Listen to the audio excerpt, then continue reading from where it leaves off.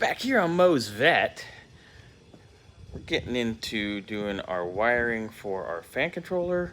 And what else are we doing? Fan controller. Yeah, so it's going to have a temp sender, override, blah, blah, blah. And I'm going to start on the gauges too. Let me show you what's going on. All right, so Scotty and I have been on it this morning. This is our temperature sender for the fan controller. So we're going to route this wiring over to here. Scotty has already mounted our fan control unit right here in the fender well. Really nice, accessible, easy to get to, good to go. It's also mounted where we had a big gaping hole in the fiberglass that somebody put. Kind of help keep things out of the way and tidy. Where our big maxi fuse is going to go to run the fans.